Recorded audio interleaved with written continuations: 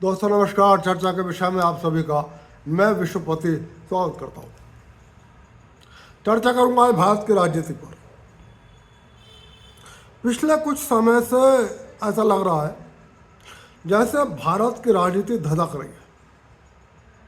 लगातार कुछ आंदोलन हो रहा है, सरकार और विपक्ष में जोरदार टकराव हो रहा है। अभी आपने पिछले दिनों जंतर मंतर पर एक अच्छा खासा हंगामा देखा होगा। छात्रों के नाम पर एक पूरा हुड़दंग हुआ, और वह हुड़दंग बस जंतर मंतर तक सीमित नहीं रहा, उसे राज्यों में भी फैलाने का प्रयास हुआ। पटना में भी एक अच्छा खासा हंगामा हुआ। नाम छात्रों का था, भले ही छात्र हित उस हंगामे में था या नहीं था ये एक अलग प्रश्न है, और छात्र भी उस हंगामे में शामिल थे या नहीं थे ये भी एक सोचने वाला प्रश्न है। क्योंकि दिल्ली के जनता मंतर पर जो भीड़ थी उसमें सब थे, बस छात्र नहीं थे। उसमें सारे विषयों पर बात हुई। धर्मेंद्र प्रधान का इस्तीफा मांगा गया, जो हो गया। उमर खालिद को रिहा करने की मांग करी गई, जो नहीं हुई। शरजील इस्लाम को लेकर मांग करी गई, वो नहीं मानी गई। हिंदुओं का अपमान हुआ, हिंदू धर्म पर तीखे हमले हुए, भारत विरोधी नारे लगाए गए, सब कुछ हुआ, बस छात्र हित की बात नहीं हुई। लेकिन नाम था, क्या था? छात्र आंदोलन। और बहाना क्या था? नीट आंदोलन, नीट पेपर लीक। जबकि सच ये है कि मैं पिछले 8-10 सालों का रिकॉर्ड उठा कर देखूं तो आज तक, चाहे वो कांग्रेस की सरकारें रही हो, चाहे वो भाजपा की सरकारें रही हो, या गैर भाजपा और गैर कांग्रेस की सरकारें रही हो, जितने भी पेपर लीक हुए हैं उसके बाद की परिस्थितियों को बेस्ट तरीके से हैंडल किया है धर्मेंद्र प्रधान ने, भाजपा की सरकार ने। उन्होंने छात्रों का कोई समय नहीं खराब होने दिया, तत्काल दोबारा नीट करा दी, नीट का रिजल्ट भी आ गया। तो इसलिए छात्र हित के नाम पर तो यह आंदोलन नहीं था। और यदि मैं ये मान भी लूँ कि नहीं, ये छात्रों के हित पर ही था, तो अब छात्र आंदोलन झारखंड रांची में भी चल रहा। ऐसे जंतर मंतर पर छात्र आंदोलन के समर्थन में पूरी वो कॉकरोच जनता पार्टी नामक एक ग्रुप, मैं तो उसे गैंग ही कहूँगा, क्योंकि वो funded by anti India forces है, जो यहाँ जनता मंतर पर कर रहा था। लेकिन जब उससे पूछा गया यदि आप छात्र राजनीति कर रहे हैं तो आप झारखंड क्यों नहीं जा रहे, तो जवाब आता है उनका, हमें टाइफाइड हो गया। टाइफाइड किसी एक को हुआ होगा, किसी 2 को हुआ होगा, 3 को हुआ होगा, क्या पूरी लीडरशिप को हो गया? और दूसरी हो 5 स्टार होटल, 7 स्टार होटल्स में बैठ कर वो लोग पार्टियाँ कर रहे हैं। कल भी शराब पार्टी करते हुए एक बहुत शानदार उनका वीडियो आया है। एक कोई दारू की बोतल है जो शायद 9,000 रुपये की आती है, पूरी पूरी पेटी वहाँ खोल रही है, और वो अभिजीत दीप के खुद सबको बांट रहा है। चलो सीजेपी को छोड़ दो, राहुल गांधी भी जनता मंतर के लिए बहुत हल्ला कर रहे थे, प्राइम मिनिस्टर आवास के सामने जाकर लेट गए थे, अंदर घुसने का भी प्रयास किया था, लेकिन वो भी झारखंड नहीं जा रहे। यदि छात्र आंदोलन की बात थी तो उन्हें झारखंड पहुंच जाना चाहिए था, लेकिन वो कह रहे हैं झारखंड नहीं जाना कहूँ, प्रयागराज जाऊंगा, वहाँ पर छात्रों से बात करूंगा। वहाँ आपको छात्र बुला ही नहीं रहे, बल्कि आप छात्रों से कह रहे हो मैं आ रहा हूँ, मुझे आपसे कुछ बात करनी है। और जहाँ छात्र अनशन पर बैठे हैं वहाँ आप जाने को तैयार नहीं हो। उधर अभिजीत दीप के झारखंड के नाम पर तो उनको टाइफाइड हो गया, लेकिन उधर वो राकेश टिकैत से मिल रहा है, हम और आंदोलन करेंगे। हम बेरोजगारी के मुद्दे पर भी आंदोलन करेंगे, हम आपके साथ भी आंदोलन करेंगे, हम किसानों के मसले पर आंदोलन करेंगे। तो दोस्तों, यदि आपको ये लगता है कि इस पूरा जो धधक है इस भारत की राजनीति में इस वक्त, इसका कारण छात्रों की समस्याएं हैं या युवाओं की समस्याएं हैं, तो आपको अपना चश्मा चेंज करा लेना चाहिए, जिस चश्मे से आप राजनीति का आकलन करते हो। क्योंकि राजनीति में एक बात बहुत ध्यान रखने की है, जो आंखों से दिखता है वो वास्तव में होता नहीं है, और जो वास्तव में होता है वो साफ आंखों से दिखता नहीं है।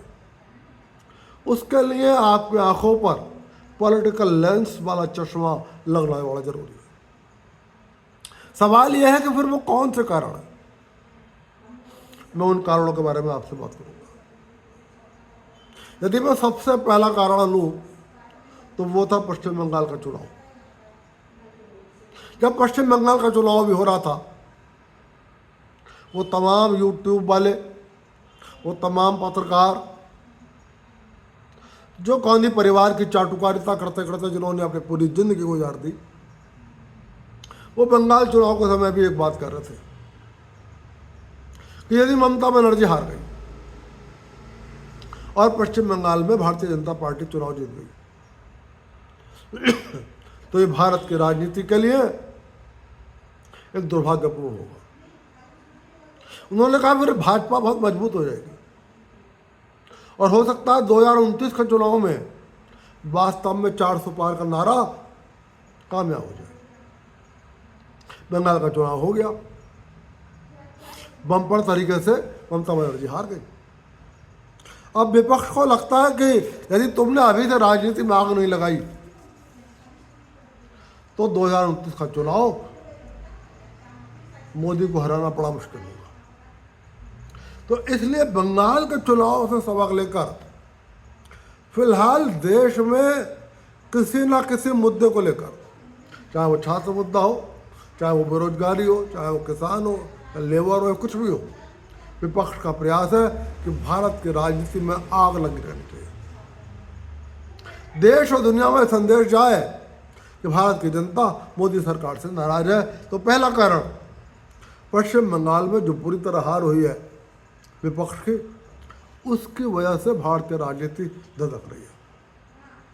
दूसरा कारण, बंगाल का चुनाव तो हो गया, लेकिन अब एक और महत्वपूर्ण चुनाव होना है। चुनाव तो पंजाब में भी हो रहा है और भी कुछ जगहों पर होना होगा, लेकिन यूपी का चुनाव बहुत महत्वपूर्ण है।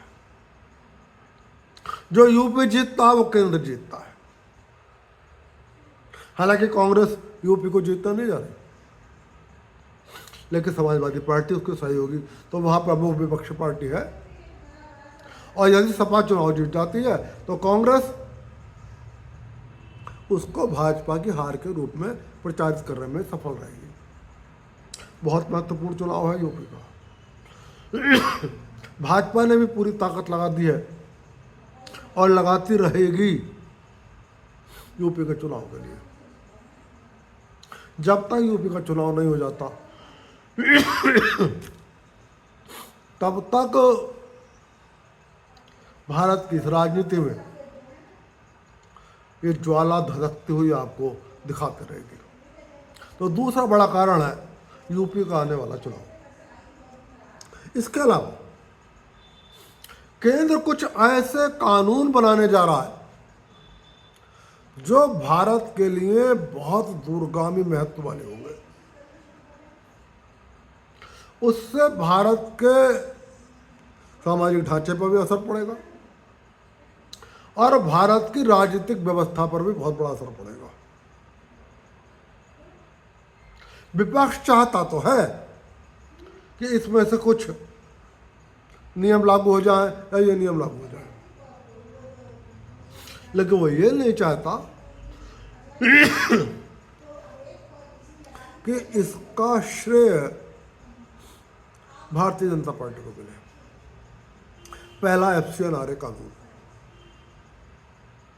प्रधानमंत्री मनमोहन सिंह जब तक थे वो भी चाहते थे कानून लागू हो। उस समय जब गृह मंत्री पी चिदम्बरम थे तब भी उन्होंने ये चाहा था कि ये कानून लागू कर दिया जाए। लेकिन उस वक्त भी सोनिया गांधी और उनकी एनएसी, जिसमें सारे एंटी इंडिया एलिमेंट्स और नक्सलवादी तत्व शामिल थे, वो इस बिल के विरोधी थे। फिलहाल मनमोहन सिंह का वो प्रयास सफल हो गया। अब मोदी सरकार इस कानून को लागू करना चाहती है। दुनिया की वो ताकतें जो भारत को अस्थिर करने के लिए भारत में फंड भेजती हैं, वो ये नहीं चाहते कि ये कानून लागू हो, ये कानून पास हो। वो अपनी अपनी लॉबी के माध्यम से इस बात का विरोध कर रही हैं, भारत सरकार पर दबाव बनाना चाहती है। अमेरिका से डोनाल्ड ट्रंप की पार्टी, रिपब्लिकन पार्टी के एक सांसद का बयान आ भी गया है कि यह कानून ईसाइयों के खिलाफ है। ईसाई इस बात को लेकर कुछ सशंकित भी हैं। मिजोरम, मणिपुर, गोवा, इन तमाम स्टेट्स के जो ईसाई संगठन हैं और ईसाई सरकार हैं, उनके साथ केंद्र सरकार की कई राउंड बातचीत हुई है। केंद्र सरकार ने उनको भरोसा दिलाया है, उनको मिलने वाले फंड पर कोई असर नहीं पड़ेगा, उसको रेगुलेट करने का सरकार का कोई इरादा नहीं है। लेकिन जो फंड भारत को तोड़ने के लिहाज से आता है, भारत के अंदर भारत विरोधी ताकतों को डिस्ट्रीब्यूट किए जाने के लिए आता है, उसको रेगुलेट करने का हमारा इरादा है। इस पर उनसे ईसाई संगठनों को कोई आपत्ति नहीं है, उनसे बातचीत हो चुकी है। लेकिन कांग्रेस इस बिल का विरोध कर रही है। क्यों कर रही है?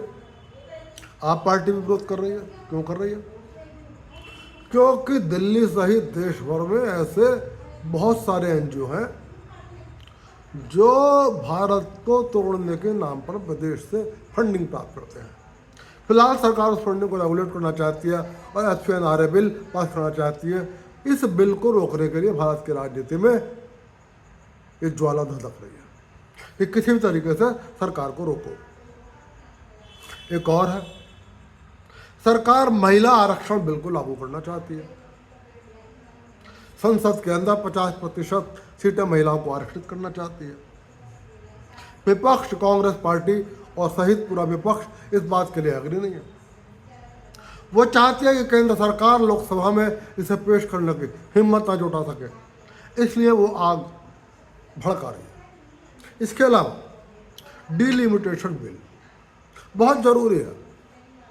आज की तारीख में सांसद का चुनाव क्षेत्र इतना बड़ा हो गया है कि 5 साल तक वो अपने क्षेत्र में घूम ही नहीं सकता, अपने क्षेत्र के लोगों से मिल ही नहीं सकता। ये बहुत जरूरी है। ये कायदे में अब से 10 साल पहले ये हो जाना चाहिए था, लेकिन नहीं हुआ, राजनीतिक कारणों से अटका हुआ है। कांग्रेस चाहती है कि डिलिमिटेशन बिल तब पास हो जब कांग्रेस सत्ता में आए। वो भाजपा में क्या सत्ता में रहते हुए इस बिल को पास नहीं होने देना चाहती। केंद्र सरकार इस बिल को पास करने का इरादा रखती है।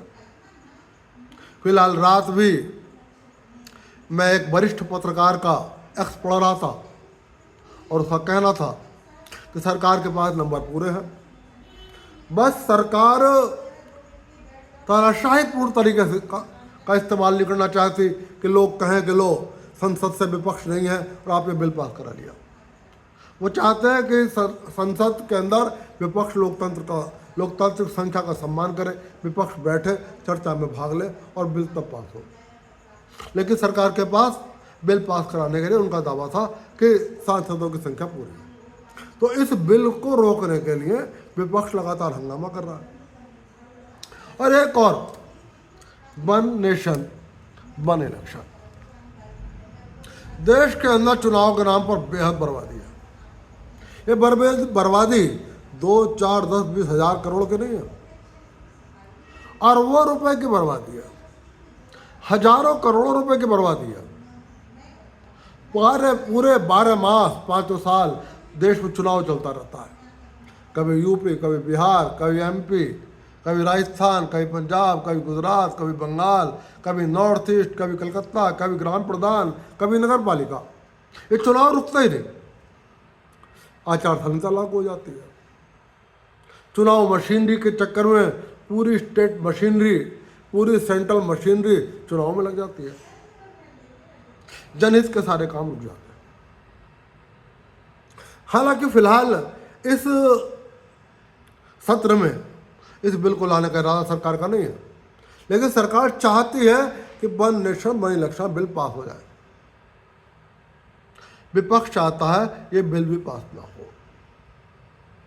विपक्ष का कहना है कि देश में 5 साल 12 माह से 7 दिन चुनाव का माहौल बना रहना चाहिए, क्योंकि देश के नुकसान को लेकर विपक्ष कतई चिंतित नहीं है।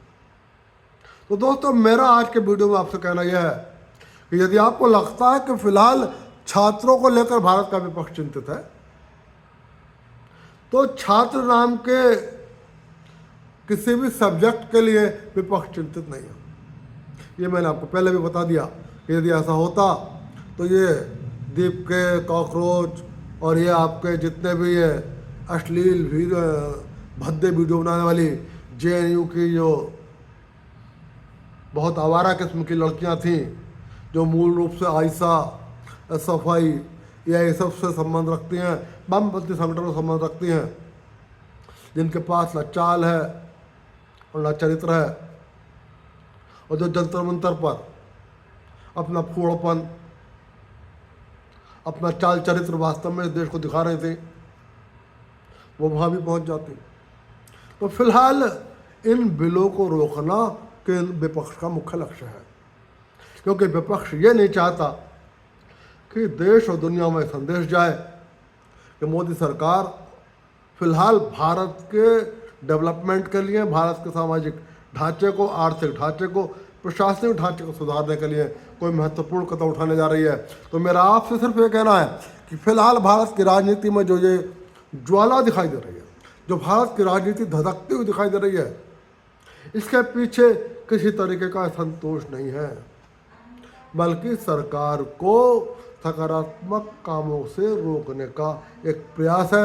आज के वीडियो में चर्चा यहीं तक, फिर मिलूंगा, फिर किसी विषय पर चर्चा करूंगा। यदि आप किसी और विषय पर बात करना चाहते हैं तो कमेंट बॉक्स में बताएं, मैं उस विषय पर भी चर्चा करूंगा।